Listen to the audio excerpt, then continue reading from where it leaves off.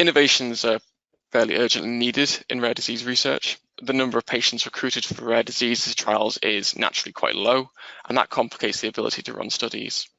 Even just getting sufficient patients in the study can be really tricky, and a typical option for increasing this number of patients can be by using multiple sites across the world.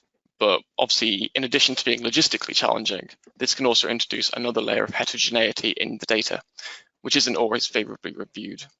In fact, the head of the GBA has recently commented that drugs are being approved for use earlier and earlier, with weaker and weaker evidence, and therefore authorities have to try and keep a balance between the need for urgently required treatment alternatives and good evidence on a drug's long-term additional benefit.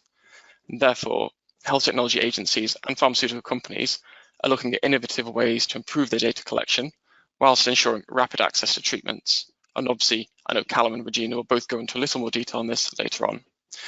So at the minute, NICE is looking at increasing the flexibility in filling evidence gaps and reducing uncertainties using real-world evidence in areas where evidence generation is actually difficult, for example, with orphan drugs.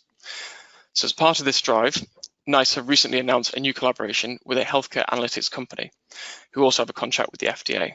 This partnership will investigate how real-world evidence studies can be used to fill evidence gaps and reduce uncertainties in guidance development. It will also examine the optimal timing of post-launch real-world evidence studies on comparative effectiveness and develop tools for planning and reporting on the implementation of real-world evidence studies. So in the future, this will ensure that NICE committees have more flexibility where evidence generation is particularly difficult, and obviously in this case, with respect to orphan drugs. In February of this year, the GBA mandated real-world evidence collection for Novartis' gene therapy Zolgensma, through which physicians prescribing the therapy must agree to participate in a registry study. So this evidence will be used to support Zolgensma's third assessment in Germany, which is scheduled for 2027.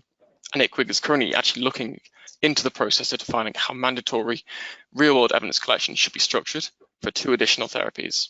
So clearly, this is an area of interest within the German system, and it's clearly picking up pace. And finally, the FDA is also expected to release its guidelines for the use of real-world evidence in regulatory decisions in early 2022.